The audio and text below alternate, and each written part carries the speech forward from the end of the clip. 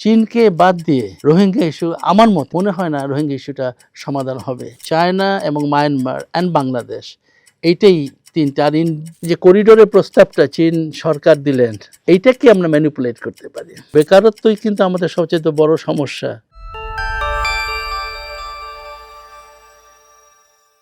পাঠক, দর্শক, বণিক বার্তার বিশেষ আলাপচারিতায় আপনাদের স্বাগতম। আজকে আমাদের আলাপচারিতায় অতিথি হিসেবে এসেছেন ডক্টর সাজ্জাদ মোহাম্মদ জসিমউদ্দিন। তিনি ফ্রান্স ভিত্তিক ক্যাজ বিজনেস স্কুলের একজন সিনিয়র প্রফেসর এবং থিঙ্ক ট্যাঙ্ক জিওপলিটিক্স স্ট্র্যাটেজি ল্যাবের প্রধান। ওনার এরিয়াটা জিওপলিটিক্স, ন্যাশনাল সিকিউরিটি, স্ট্র্যাটেজির জায়গা থেকে। তো আমরা আজকের আলোচনায় বিজনেস, ইকোনমি, একই সঙ্গে জিওপলিটিক্স এবং ন্যাশনাল এবং ইন্টারন্যাশনাল বিভিন্ন সিকিউরিটি রিস্ক নিয়ে আলোচনা করব। সেই জায়গায় বাংলাদেশ কীভাবে তার বেস্ট ইন্টারেস্টটা এনশিওর করতে পারে সেটা এনশিওর করার চেষ্টা করব। বণিক বার্তা স্টুডিওতে আপনাকে স্বাগতম। আপনাকে ধন্যবাদ জানাচ্ছি আমাকে আমন্ত্রণ জানানোর জন্য। 2024 সালের জুলাইয়ে একটা বড় গণ অভ্যুত্থান হয়েছে বাংলাদেশে। 2 বছর চলতেছে। জুলাইয়ের যে প্রত্যাশার বাংলাদেশ ছিল সেটা কেমন অর্জিত হলো? জুলাইয়ের পরে আমরা দেখেছি আমরা বিভিন্ন ধরনের ন্যাশনাল এবং ইন্টারন্যাশনাল সিকিউরিটি রিস্কের মধ্যে ছিলাম।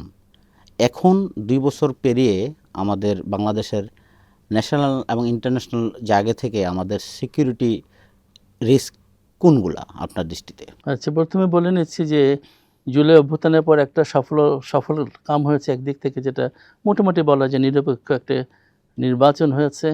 এই নির্বাচনের মাধ্যমে সরকার এবং বিরোধী দল মোটামুটি পার্লামেন্টে তাদের বক্তব্য রাখছে, অবজেকশন দিচ্ছে বিভিন্ন বিষয়।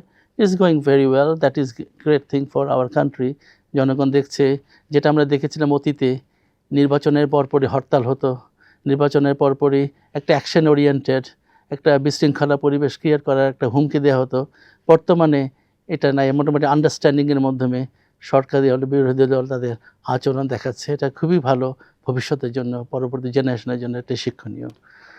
আর আপনার যে প্রশ্ন হচ্ছে যে নিরাপত্তার দিক থেকে অনেক বিষয় এসে যাবে এর মধ্যে, আমরা আলাপচারিতায় এটা পাবো।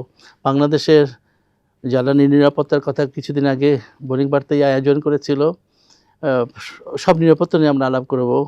আবার প্রতিবেশী দেশ বা অন্য কোনো ব্যাপারে নিরাপত্তা, ওইসব নিয়েও আমাদের আশঙ্কার ব্যাপার রয়েছে।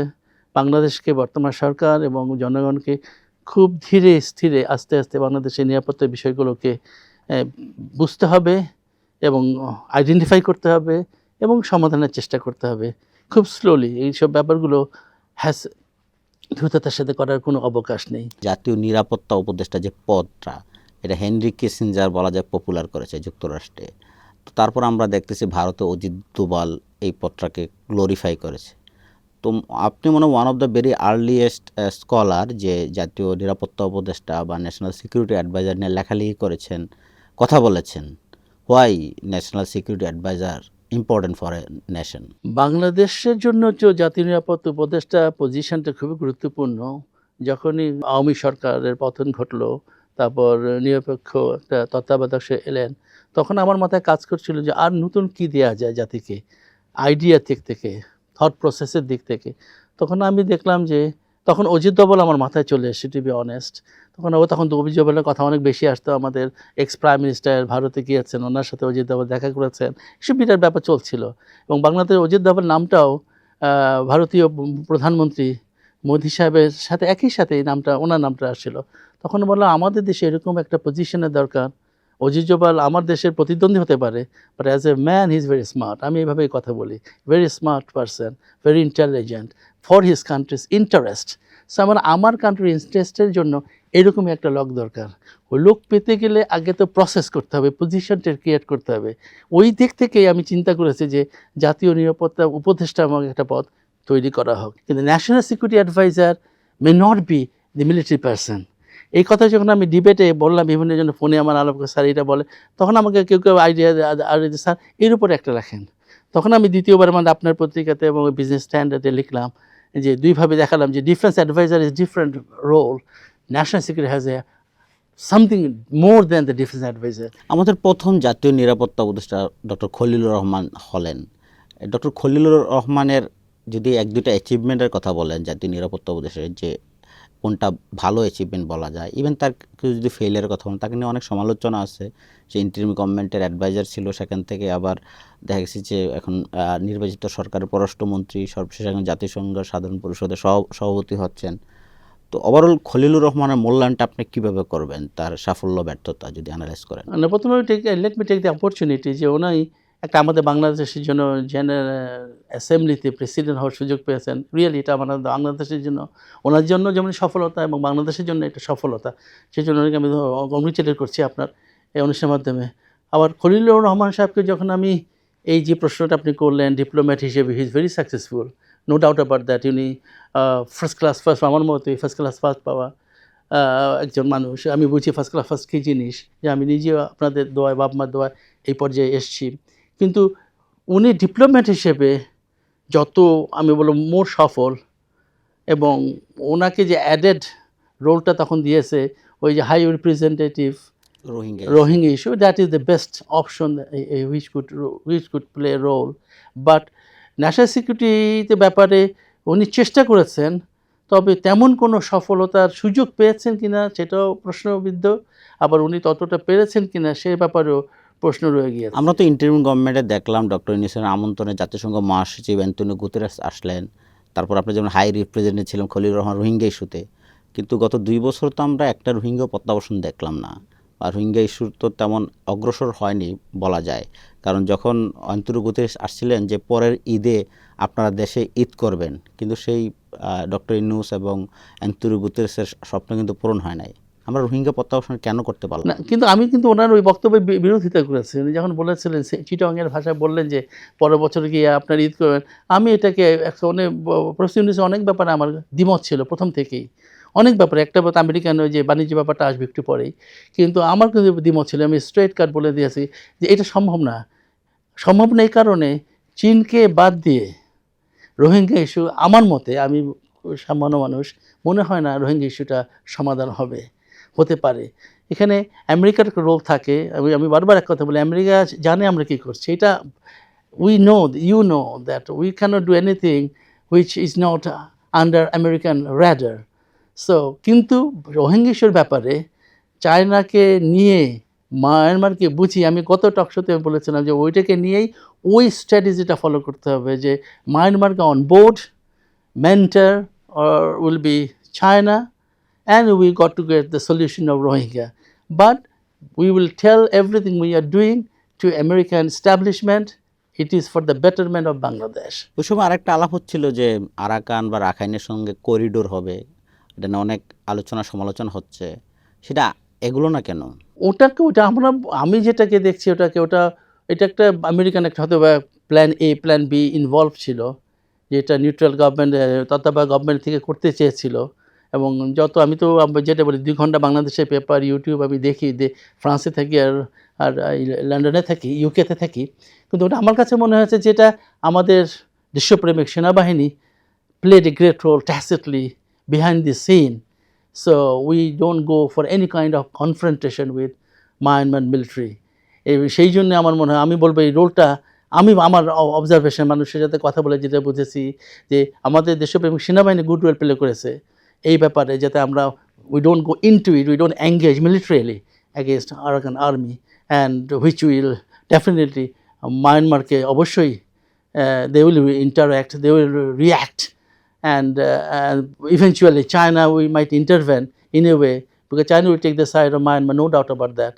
তাদের তো স্ট্র্যাটেজিক রিলেশনশিপ, যেটা আমি বারবার বলি, নর্থ কোরিয়া অ্যান্ড সাউথ কোরিয়ার ব্যাপারে, সাউথ কোরিয়ার পক্ষ উত্তর কোরিয়ার ব্যাপারে সবসময় চায়না তার পাশে থাকবে, এগুলো বলে থাকি। কারণ সাউথ কোরিয়ার বর্ডারটা যদি নর্থ কোরিয়ার হয়ে যায়, তখন চায়নার বর্ডার আমেরিকা চলে আসে, বোঝা যাচ্ছে। একইভাবে মায়ানমার ব্যাপারে যদি এই যে আমরা মিলিটারি এঙ্গেজমেন্ট করতাম, তাহলে ইভেনচুয়ালি চায়নাও ইন্টারভেন করতো ইনডাইরেক্টলি।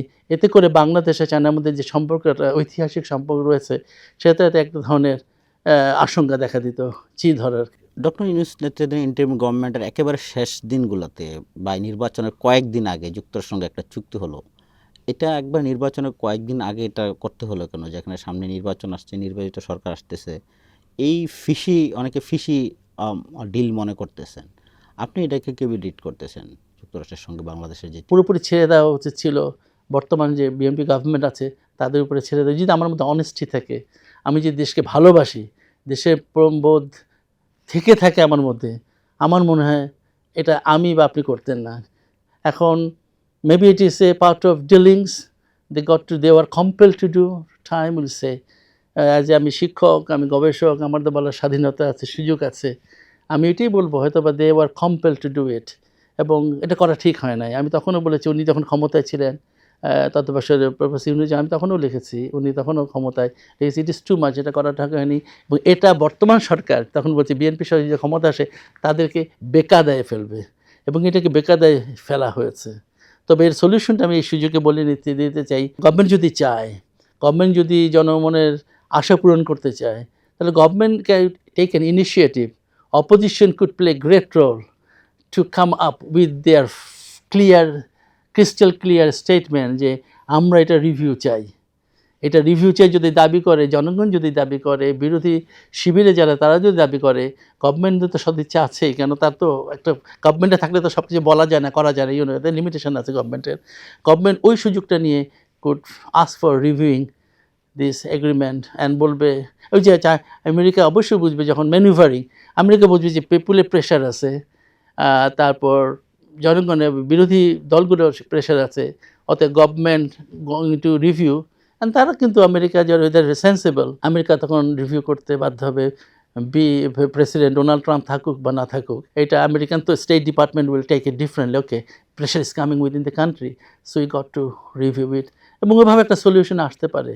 কেন খুবই দুঃখজনক, ভালো আমেরিকার দেখছে, ঠিক আছে বিমান বিক্রি করলো তাদের, এই জন্য আমি কখনো ক্রিটিসাইজ করি না তাদেরকে, they are successful to get things done through us, কিন্তু আমাদের ওইরকম লোক দরকার to get it done through us বা উইথ দ্য মিউচুয়াল বেনিফিট। ওই জিনিসটার অভাব আমাদের ফরেন মিনিস্ট্রিতে, আমাদের লোক যারা গভর্নমেন্টের সাথে আছে, ওই ম্যানুভারিং করার উইপেন্স স্ট্র্যাটেজি, এটা অনেক ল্যাকিং। প্রথম রাষ্ট্রীয় সফরে মালয়েশিয়া গেলেন, মালয়েশিয়া খুবই ভালোই তাকে সম্মাননার রিসেপশন করেছে। সো মালয়েশিয়া সহ ইন্দোনেশিয়া, থাইল্যান্ড, ভিয়েতনাম, এই যে আসিয়ানভুক্ত দেশগুলো আছে, তাদের সাথে বাংলাদেশের বাইলেটারাল ট্রেডের কেমন পটেনশিয়াল আছে, আমরা কিভাবে এখানে নেভিগেট করতে পারি? এই দেশগুলোর নামগুলো বললেন, ভিয়েতনাম বললেন, থাইল্যান্ড বললেন, ইন্দোনেশিয়া, ভেরি পটেনশিয়াল কান্ট্রি। ওইসব দিকে আমাদের অবশ্যই এগোতে হবে। কারণটা হলো যেটা আমাদের আসছে, এলডিসি যে গ্র্যাজুয়েশনের ব্যাপারটা আছে, এখন তো প্রিপারেশন পিরিয়ডটা চলছে, 2029 গিয়ে আমরা আবার we got to do it, আমরা আর কোনো এক্সকিউজ হবে না, that's for sure. They are very kind, বলবো যে আমাদেরকে আরও 3 বছর দিয়েছে, 26 থেকে 29, 2029 মধ্যে আমাদের এখন এই প্রিপারেশন পিরিয়ডে one of the best strategy, ওনারাও বলেন, বিজনেস কমিউনিটি বাংলাদেশ, ওনারা বলেন ও ফ্রি ট্রেড এগ্রিমেন্টস 1-to-1, ওই যে এদের মধ্যে 1-to-1 মানে with Thailand, with Vietnam, with Indonesia, so countries like this, এদের সাথে এক এক করে এটাতে একটা মুভ নিতে হবে। এটা একটা ইনিশিয়েটিভ, খালি টক শো করে ভাবে কথা বলে না। ওই আমাদের foreign ministry, commerce ministry, ministry of industry, এরা সবাই মিলে এই দেশগুলোর সাথে কীভাবে ফ্রি ট্রেড এগ্রিমেন্ট করা যায় সেদিকে এগোতে হবে। নাহলে আমাদের একটু খালি প্রবলেম হবে বলি এলডিসি গ্র্যাজুয়েশন পর, কিন্তু 3 বছরের মধ্যে আমরা could have little bit of free trade agreement. এটা একটা way to get rid of this turmoil situation, ইকোনমিতে হবে থ্রু এলডিসি। রোহিঙ্গা ইস্যুতে দেখা গেলো যে মালয়েশিয়ার প্রধানমন্ত্রীর সাথে আলাপ করলেন আমাদের প্রধানমন্ত্রী, ইভেন চীনের সাথে আলাপ করেছেন। মালয়েশিয়া যেটা বললো, সেখানে আসিয়ান এবং চায়না কিভাবে রোহিঙ্গা ইস্যু সলভ করার ক্ষেত্রে আমাদেরকে হেল্প করতে পারে, এবং আমাদের কিভাবে সে জায়গায় নেগোশিয়েট করা উচিত? ওয়েল, রোহিঙ্গা ইস্যুতে বিশেষ মালয়েশিয়ার কথা যদি আসে, এরা দে প্লেড সাবস্টেনশিয়াল রোল। অনেক প্রচুর পরিমাণ রোহিঙ্গাদের শরণার্থীকে তারা আশ্রয় দিয়েছে, ইন্দোনেশিয়া দিয়েছে। সেই ক্ষেত্রে তারা ওইভাবে রোল প্লে, কিন্তু দিস প্রবলেম সলভ করার জন্য আমি দেখি শুধু Bangladesh and Myanmar, and China, এই 3টে দেশকে নিয়েই এইটা সলিউশন করতে হবে। তারা দে আর নট, তাদের তো কোনো বেনিফিট নাই। যদি ইকোনমি করিডোরের ব্যাপারে, অন্য ব্যাপারে, ইকোনমির ব্যাপারে মালয়েশিয়া আসতে পারে, কিন্তু রোহিঙ্গা ইস্যুতে আমি মনে করি না তাদের তেমন কোনো রোল থাকবে, আসিয়ানের কোনো রোল থাকবে। শুধু চায়না এবং মায়ানমার অ্যান্ড বাংলাদেশ, এইটাই 3টে। আর ইন্ডিয়াকে কিছুটা জানানো যেতে পারে কী হচ্ছে। তাছাড়া এই 3টে দেশই main stakeholder. to resolve this price. Strategic এবং পররাষ্ট্রনৈতিক জায়গা থেকে আমাদের দুর্বলতা কোথায়, যে রোহিঙ্গা ইস্যুটা আমরা এখনও মাত্র বাইলেটারাল ইস্যুতে রাখতেছি মিয়ানমার অ্যান্ড বাংলাদেশ, কিন্তু রোহিঙ্গা ইস্যুতে ইজ এ রিজিওনাল ইস্যু এবং এটা গ্লোবাল ইস্যু অ্যাজ ওয়েল, এবং এটা বিভিন্ন ধরনের সিকিউরিটি থ্রেটও আছে, টেরোরিজম আছে, বিভিন্ন ধরনের ড্রাগস আছে, আমাদের ল অ্যান্ড অর্ডারও আমাদেরকে হ্যাম্পার হচ্ছে, আমাদের ইকোনমিক ঝুঁকিও আছে। সব মিলিয়ে এটাই কিভাবে আমরা রিজিওনাল এবং গ্লোবাল ইস্যুতে নিয়ে যেতে পারি, গ্লোবাল ফোরামে, রিজিওনাল ফোরামে এটাকে বার্গেন করতে পারি, আমাদের ওই জায়গায় কি ডিপ্লোম্যাটিক তৎপরতায় খামতি আছে? না, ডিপ্লোম্যাটিক হিসেবে কোনো এফোর্টের মধ্যে কোনো কমতি নাই, কিন্তু বললাম না এটাকে গ্লোবাল ইস্যু হিসেবে নেওয়া যাবে না, গ্লোবাল ডিসকাশনে নেওয়া যাবে। কেননা ইস্যু নিতে হলে এখানে বিভিন্ন স্টেক হোল্ডারের ইন্টারেস্ট জড়িত। এখানে তো আমেরিকার হয়তো অন্য ধরনের ইন্টারেস্ট আছে, সেটা ডিফারেন্ট পার্সপেক্টিভে, সেটা আমি এই এখন নাই গেলাম, কিন্তু ওভারঅল স্টেক হোল্ডারের যখন ইন্টারেস্ট থাকবে সেটা তখন তাদের একটা মেজর ইস্যু হতে পারে, কিন্তু এটাকে আমি লোকালাইজড ইস্যু হিসেবেই দেখছি। কিন্তু এই জন্য আমরা ওয়েস্ট এবং গ্লোবালি ইউনাইটেড নেশনস আমরা প্রচুর ফান্ড পাচ্ছি, ফান্ড পেয়ে এদেরকে আমরা মোটামুটি একটা থাকা, আশ্রয়, food, lots of cost involve for them, sheltering, এই টাকার জন্য আমরা বাইরে থেকে ওয়েস্ট থেকে টাকা পাচ্ছি, সেটা তো আর ইস্যুর হিসাবে হবে না। They are helping us to feed them, to shelter them, that's it. কিন্তু ক্রাইসিসটা সলভ করতে হলে মায়ানমারকে শুধু বোঝাতে হবে, যদি ওরা তার ল্যান্ডে, তারা বাসিন্দা, সেই জায়গার লোক, তারা মায়ানমারকে বোঝাতে হবে চায়নার মাধ্যমে। এবং এইটা করতে গিয়ে নতুন একটা জিনিস এসছে, আমাদের প্রধানমন্ত্রী এবার যে চায়নাতে গেলেন, দ্বিতীয় সফর বলবো মালয়েশিয়ার পরপরই, ওইখানে যে করিডোরের প্রস্তাবটা চীন সরকার দিলেন, এইটাকে আমরা ম্যানিপুলেট করতে পারি কীভাবে, ফর রোহিঙ্গা ইস্যুর জন্য বলছি, ইকোনমিক পার্সপেক্টিভে যাচ্ছেন এখন রোহিঙ্গা ইস্যুতে। যদি চায়না, বাংলাদেশ এবং মায়ানমারের মধ্যে করিডোরটা করা যায়, এগোনো যায়, very difficult, I tell you, difficult, but এটা সম্ভব, কোনো কিছু ডিফিকাল্ট না, ইজি না আর কি। ডিফিকাল্ট ইস্যুটাকে যদি করা যায়, চায়না যেটা প্রস্তাব বাংলাদেশ যদি অ্যাকসেপ্ট করে, তখন মায়ানমার একটা stakeholder of that particular প্রজেক্টে, তখন মায়ানমারের সাথে আমাদের lot of discussion, lot of interaction হবে, দ্যাট উইল হেল্প। সাইড টকে, দিস ইজ দ্য সাইড টকে বল ভাই, রোহিঙ্গা সেটা তো এখান থেকেই যাবে, তো রোহিঙ্গা সেটাও সলভ আমরা করি। আর রোহিঙ্গাকে ওইভাবেই তো ওরা বলে যে ইকোনমিক বেনিফিট পাচ্ছি, চায়না করিডোর পেয়ে যাচ্ছে আপনার বঙ্গোপসাগর, বে অফ বেঙ্গলে, তাহলে তো চীনা বুঝাবে ওদেরকে যে আমি একটা সুবিধা পাচ্ছি, ওদেরকে এই সুবিধাটা দাও, তো রোহিঙ্গাগুলোকে আবার রিইনস্টেট করো তোমার ল্যান্ডে। So this is one another platform, is a project, but it is another platform to become very closer to Myanmar. So এইভাবেই করতে হয় জিনিসগুলো, ওই প্রজেক্ট দিয়ে এই প্রজেক্টকে কিছুটা রিজলভ করার একটা বিরাট সুযোগ আছে। আমরা একেবারে শেষ প্রান্তে চলে এসেছি। আমরা শুরু করেছিলাম জুলাইয়ের 2 বছর পূর্তি নিয়ে। আমরা জানি জুলাইয়ের অভ্যুত্থান হয়েছিল কর্মসংস্থানের দাবিতে, সমতাপূর্ণ সুযোগের দাবিতে, এবং আমাদের যে হিউজ ইউথ পপুলেশন, তাদের বড় একটা অংশই বেকার, জব মার্কেটে প্রবেশ করে পর্যাপ্ত জব নেই। আমরা গত কয়েক বছর ধরেই আমরা বিনিয়োগ স্বল্পতায় ভুগতেছি। তা আপনি দেশের যুক্তরাজ্য, চায়না, ফ্রান্স, সৌদি আরব সহ বেশ কয়েকটি ইউনিভার্সিটি পড়িয়েছেন। আমাদের উচ্চশিক্ষা প্রতিষ্ঠানগুলো কোন জায়গায় খামতি আছে, যেটা দেশের এবং গ্লোবাল মার্কেটের জন্য ক্যাপাবল রিসোর্স হিসেবে আমরা তৈরি করতে পারতেছি না? এটা নিয়ে একটা সংক্ষিপ্ত কমেন্ট করেন। এখানে দুইটা কমেন্ট করবো। একটা হলো আমাদের সত্যিকারের গবেষণার বড় অভাব, আমি মনে করি না ফান্ডের তত অভাব, আমাদের ইন্টেনশনের বড় অভাব। আমি সবসময় বলতাম যে আমরা যারা বিশ্ববিদ্যালয়ের শিক্ষক, আমাদের একটা বড় অংশ আমারই বন্ধু, আমারই ছাত্র, তাদের মধ্যে একটা কাজ করে যে আমি বিভিন্ন পজিশন হোল্ড করব একটা পার্টি করলে, এই জন্য সময় দেওয়া হয়। একটা অংশ, বড় অংশ কিন্তু সত্যিকারের নিবেদিত শিক্ষক, নো ডাউট অ্যাবাউট দ্যাট। আমি বারবার বলি, ঢাকা বিশ্ববিদ্যালয়ে আমি ছিলাম 18 বছর মাস্টারি করেছি, আমি দেখেছি আমাদের শিক্ষকদের মেধা, তাদের যোগ্যতা, কিন্তু এই শিক্ষকদের গবেষণার অংশটা ওই ফান্ডের দিকে না চেয়ে নিজে থেকে করতে হবে, ফান্ড অটোমেটিক চলে আসবে। সেই জন্য আমার এই ফার্স্ট থিং বলতেছে। দ্বিতীয় হলো, জুলাই বিপ্লবের শিক্ষকরা যদি গবেষণা করে এবং সত্যিকারের জ্ঞানটা দেয়, যেটা সত্যিকারে মানুষকে কর্মজীবী করবে, বেকারত্ব দূর করবে, এবং বেকারত্বই কিন্তু আমাদের সবচেয়ে বড় সমস্যা। যে গভর্নমেন্টই আসুক, আমি একটা কথা বলি, এখন যে গভর্নমেন্টই আসবে তারা একটা প্রবলেম পড়লে এটা কিন্তু ঝড়ের মতো একটা ধাক্কা আসবে। এই গভর্নমেন্টকেও এটা বুঝতে হবে যে আগের গভর্নমেন্ট থেকে জনগণ শিখেছে কীভাবে ধাক্কা দিতে হয়। অতএব আমি চাই না গভর্নমেন্ট কোনো ধাক্কা খাক, কিন্তু ধাক্কা পরিবেশ যাতে সৃষ্টি না হয় সেদিকে গভর্নমেন্টকে নজর রাখতে হবে।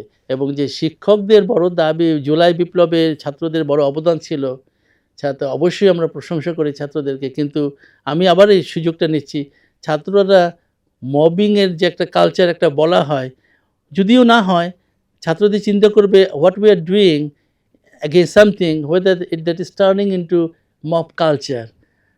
আমি বিরোধিতা করব, বিরোধিতার জন্য নয়, মব কালচার করবো না। আমার ছাত্ররা কখনো বেয়াদব হোক আমি কোনো দিনই চাবো না। আমার ছাত্র, আমি হয়তো ঢাকা বিশ্ববিদ্যালয়ে পড়াচ্ছি না, বাংলাদেশে পড়াচ্ছি না, কিন্তু আমার ছাত্ররা বিদেশের ছাত্রদের থেকে আমার কাছে আত্মিক সম্পর্ক কিন্তু আমার বাংলাদেশের ছাত্ররা, টু বি অনেস্ট। উচ্চশিক্ষা খাতের যদি মোটা দাগে 2টা বা 3টা প্রবলেম যদি বলতেন।